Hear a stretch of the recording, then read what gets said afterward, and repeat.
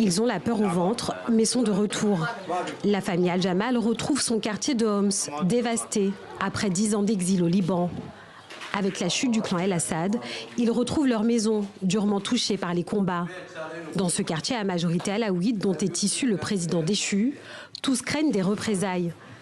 Fayez Al-Jamal voue une haine viscérale à Bachar el-Assad. Le port est parti, alors nous sommes revenus. Il a détruit des gens et n'a épargné personne. Aucun de mes voisins n'est encore avec nous. 7 frères d'une même famille ici et 6 frères là-bas, tous partis.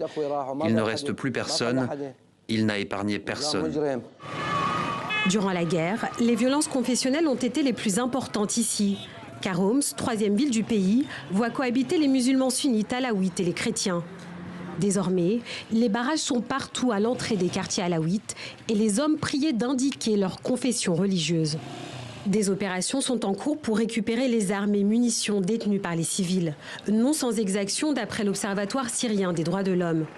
Depuis la prise de Damas par la coalition rebelle le 8 décembre, au moins 150 meurtres ont été répertoriés par l'organisation. Et les arrestations s'enchaînent. La majorité des interpellés sont des alaouites et des civils. Chiadi Mayoub, ancien député, tente de les identifier.